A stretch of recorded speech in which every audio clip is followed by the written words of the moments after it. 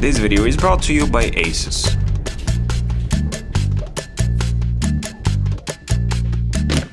Not sure if you've noticed this in recent years, but ever since the release of the Elgato Stream Deck line of products, there has been an influx of various USB controllers, and I have to say, I'm not complaining one bit. I'm always eager to play around with various clever Mac gizmos that serve a decent purpose and spice up any workspace. With that being said, I have 14 quirky and useful Mac accessories to show you, all of which I'll link below, starting with my most recent purchase, the Vadir USB volume control. Out of the box, this thing really impressed me, mainly because of its build quality. It's not the heaviest out there, but the aluminum alloy and finish does live up to my initial expectations. This is a USB audio and media adjuster that connects simply via a USB-A. It has a very sensitive and tactile volume knob, the threshold of which can be adjusted by 2, 4 or 10 points according to Vadir's own description. On the Mac, this translates to increments of 1, 2 or 5. What's cool about this product is that it works out of the box. No special driver or software is required. As expected, pressing the knob mutes and unmutes, and below it there are 3 media control buttons: next, previous, play and pause. I see this thing resting next to a keyboard without poking someone's eyes out, as it looks different and classy enough to distinguish itself from the rest of the setup. Now, a much simpler version of the Vadir controller is something called Space USB volume control button. Think of it as a simple volume control button and nothing more. One press mutes the audio and the rest is rotation increase or decrease based of course on the direction. Just like the Vadir adjuster, this little guy connects and works on the Mac software free. Hold on a second. First of all, this thing is illuminated. I mean, it's hard to see right now, but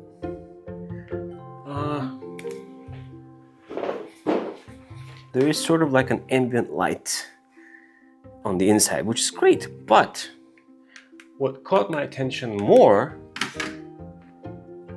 is the fact that the bottom is not actually sticky, but it's a sticky magnetic plate, because this thing has magnets on the bottom, so it can be placed like this, or this thing can be glued anywhere. Let's say underneath might be a good idea, and then just mount this underneath as a discrete volume rocker. Personally, I would have gone for a much gentler cable, as right now this is what doesn't allow it to stay secure on its own.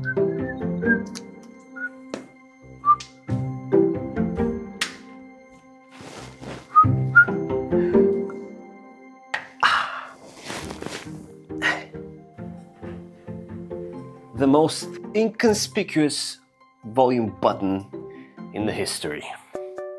By the way, if you end up enjoying this video, subscribe, because why not?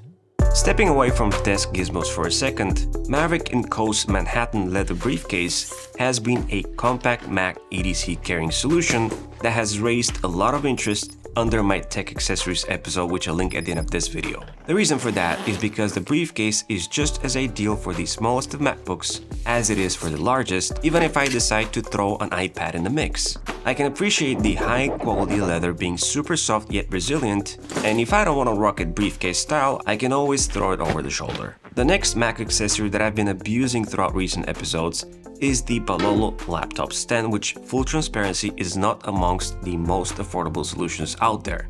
But it is a stand that is timeless in design. Made from steel and American walnut, this thing is super sturdy even if we place the 16-inch MacBook Pro behemoth. It can be used as a standalone laptop riser or as the ideal elevation sidekick in a dual or even a triple monitor setup.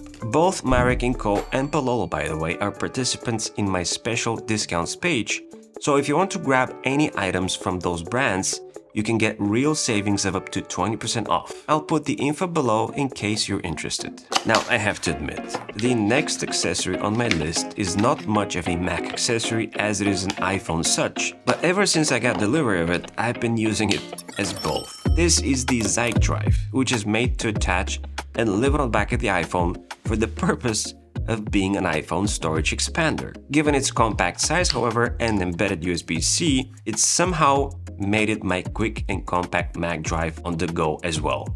I may be too drawn to its little display as well. Another Mac standout choice in my list is the ASUS ProArt 5K display. As a Mac user, I know that a 5120 by 2880 resolution isn't just nice to have, it's the gold standard. I'm referring to a vast real estate where text and images are pin sharp, making this monitor ideal for people who need it most. Photographers, filmmakers, graphic designers, and anyone who works with visuals that matter. At 27 inches, this 5K panel doesn't just check the box. It provides 99% DCI-P3 and 95% Adobe RGB coverage. And here's a nice touch. Each ProArt display is pre-calibrated at the factory. What really grabbed my attention was the Lux panel, which delivers low reflection anti-glare surface, paired with an ambient light sensor that adapts the color balance to the room's lighting and a backlight sensor that tweaks the brightness on the fly, and the end result is clear. Pristine quality from every angle. Oh, and ports. HDMI 2.1, display port, a USB-C with 96 watt power delivery, plus a built-in hub with ports right where you need them. All this for just $799 plus a 3-month Adobe Creative Cloud subscription. So check out the first link in the description below. Now, stepping it up from the Vadier adjuster, this is a brand new product from Logitech called MX Creative Console. Let's unbox this and see what we have.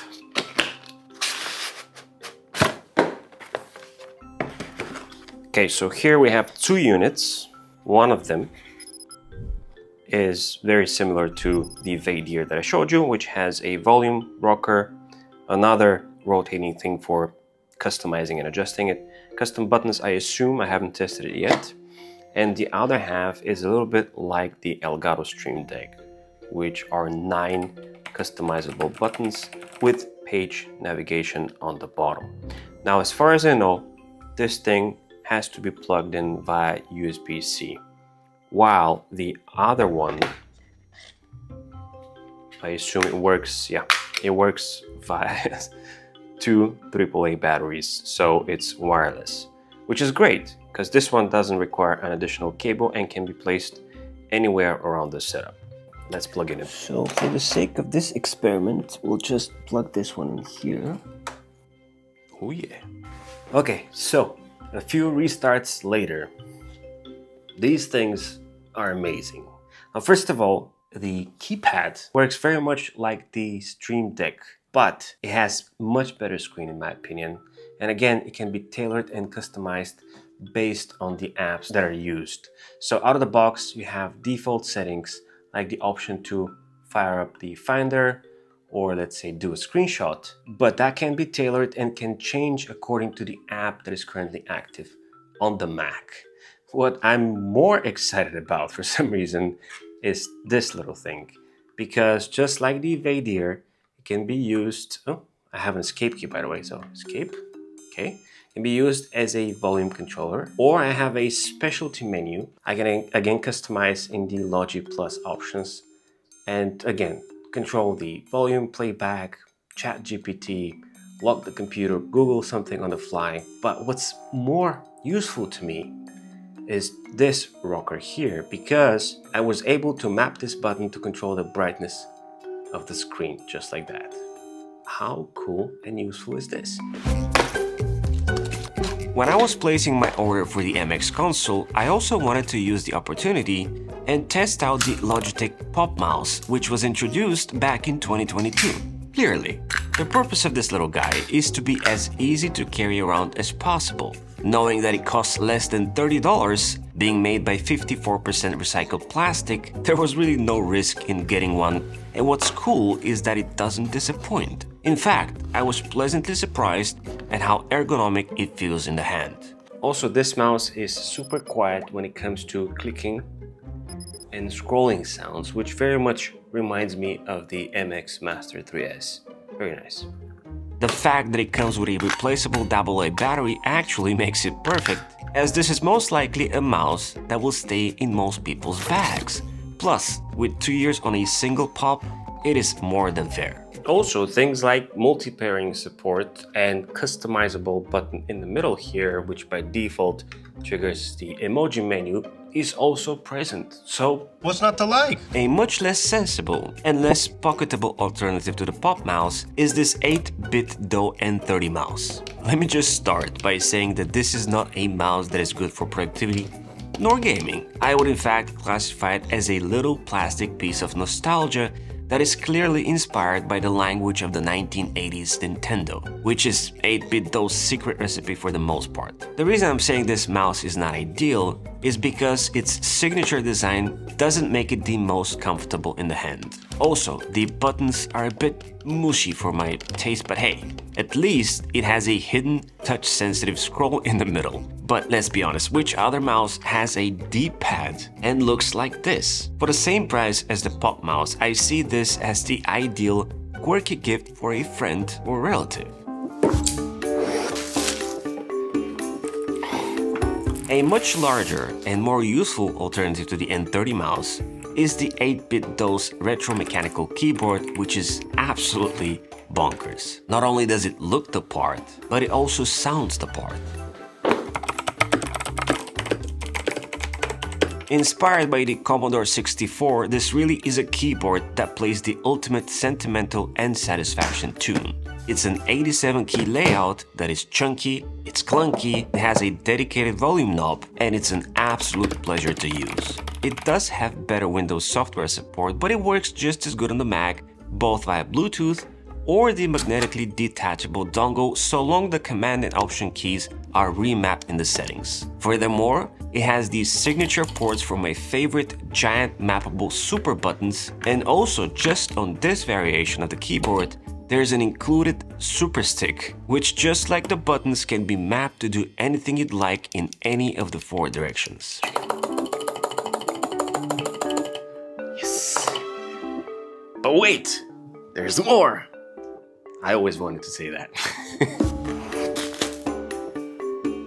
This is the 8-bit DO Retro 18 Mechanical Numpad C64 edition that is clearly a match made in heaven if I put it next to the keyboard that I just showed you. It's a wireless numpad that, just like the keyboard, can connect via Bluetooth, the dongle, or wired. Out of the box, it works as the most satisfying numpad in the world, but it also has a couple of hidden gems up its sleeve. Unfortunately, the first one works only on Windows, and that is the dedicated shortcut that launches the Calculator app. Luckily, the next button gets me actually more excited, but something I just figured out is that when I turn on the device, I see a number, which I just realized is the battery percentage.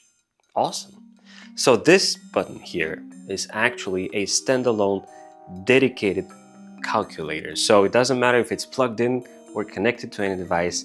As long as it's on, I can use that and just calculate something on the fly. Now, allow me to get a bit more serious for a second and show you this. This is a multi-protocol security key called YubiKey 5. It's a small USB-like device that is designed to add an extra layer of security to your online accounts. Think of it as your digital key that you can carry with you, which provides a physical way to prove that it's really you accessing your account. Here's how it works. Typically, when logging into an account, you just need a password, but passwords can be guessed, hacked, or stolen. With the YubiKey, even if someone knows your password, they still wouldn't be able to log in without physically having this device. It is super simple to use. I plug the YubiKey into my Mac or tap it on the back of my iPhone during a login, and this simple security layer confirms my identity. It's perfect for sensitive accounts like email or banking, where security matters most. Of course, I can't talk about the Mac without sharing some charging solutions, the cutest of which, in my opinion, are those two guys. These chargers are Ugreen's Uno lineup of products, and what makes them unique, obviously, are the little faces up front. That, and of course, their shapes. I can't lie, the faces do add a great deal of character to otherwise mundane category of devices, and what's great here is that they have a purpose. The faces showcase if something is plugged in, charging, or charged. This little fellow, for example, boasts 65 watts of power. The small footprint alongside the additional ports makes it an ideal companion for something like the MacBook Air, and if that's not enough, the more powerful 100-watt brother is always there to help. If you're somehow short on smiles, you can get a matching Uno cable that also smiles. Nothing more, but hey, at least you have smiley eyes. If you enjoyed this video, then you should definitely check out my favorite iPad Pro accessories episode, where I showcase super inexpensive yet super versatile items like these circular magnetic thingies. Alright. Like and subscribe to the channel as well as my newsletter, and as always, it's been an absolute pleasure. This is E, over and out.